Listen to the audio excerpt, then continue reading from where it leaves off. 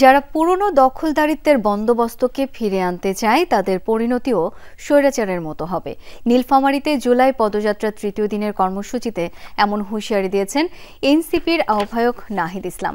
এদিকে রাজনৈতিক পরিচয় দিয়ে যারা চাঁদাবাজি করছেন জনগণকে সাথে নিয়ে তাদের রুখে দেওয়ার প্রত্যয় ব্যক্ত করেন দলের দক্ষিণাঞ্চলের মুখ্য সংগঠক হাসনাত আব্দুল্লাহ। জনগণের ম্যান্ডেট পূরণে নতুন সংবিধান প্রণয়ন প্রয়োজন বলেও মন্তব্য করেন দলটির নেতাকর্মীরা। শ্রীলঙ্কা আবারও রপ্তানিতে শীর্ষে। অভ্যুত্থানে অংশ নেওয়া গণমানুষের কথা জানতেই দেশজুড়ে জাতীয় নাগরিক পার্টির এই জুলাই পদযাত্রা কর্মসূচির তৃতীয় দিনটি শুরু হয় নীলফামারী সৈয়দপুরে শহীদ সাজ্জাদের কবর জিয়ারতের মধ্য দিয়ে। পরে চৌরঙ্গি মোড়ে পথসভায় দলটির আহ্বায়ক নাহিদ ইসলাম বলেন, মৌলিক সংস্কারের মধ্য দিয়ে নির্বাচন হওয়া দরকার, অথচ নির্বাচনের নামে জনগণের সামনে মূলা ঝুলানো হচ্ছে। সংস্কার না করে যারা পুরনো বন্দোবস্তকে ফিরিয়ে আনতে চায় তাদের পরিণতিও স্বৈরাচারের মতো হবে, এমন হুঁশিয়ারিও উঠে আসে এনসিপি আহ্বায়কের কণ্ঠে। যদি কেউ মনে করে আবার পুরনো বন্দোবস্ত, পুরনো দখলদারিত্ব, পুরনো সন্ত্রাসের রাজনীতি আবার ফেরত আনবে, তাদের পরিণতিও কিন্তু স্বৈরাচার হাসিনার মতোই হবে। 7 মাস 8 মাস আজ 1 বছর হয়েছে, কিন্তু এই সকল দাবি পূরণ করা হচ্ছে না।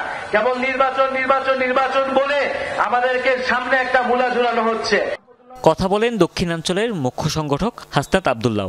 বলেন, ফেসিবাদের মতোই জনগণকে সাথে নিয়ে চাঁদাবাজদের উৎখাত করা হবে। আমরা আপনাদেরকে সাথে নিয়ে এখন চাঁদাবাজদেরকে উৎখাত করব, দুর্নীতিবাজকে উৎখাত করব। যারা দুর্নীতি করবে, যারা চাঁদাবাজি করবে, তারা হচ্ছে রাজনৈতিক দৌলতের পরিচয় দিচ্ছে। এ সময় বিহারি ক্যাম্পও পরিদর্শন করেন এনসিপির শীর্ষ নেতারা। দাবি করেন, বর্তমান সংবিধানে দেশের মানুষের কোনো ম্যান্ডেট নেই, তাই প্রয়োজন নতুন সংবিধান প্রণয়ন। মানুষ চায় রাষ্ট্র কাঠামোর পরিবর্তন ঘটুক, মানুষ চায় একটা শান্তির জীবন।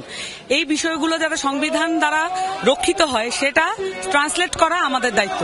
তো সেই জায়গা থেকে অবশ্যই নতুন সংবিধানের প্রয়োজনীয়তা সবাই উপলব্ধি করতে পারছে। নীলফামারীতে পথসভার পর পঞ্চগড়ের উদ্দেশ্যে রওনা দেয় এনসিপির গাড়িবহর। জুলাই অভ্যুত্থানের বর্ষপূর্তিতে পর্যায়ক্রমে দেশের 64 জেলায় জুলাই পদযাত্রা কর্মসূচি পালন করবে দলটি। হুমায়ুন রশিদ, যমুনা নিউজ।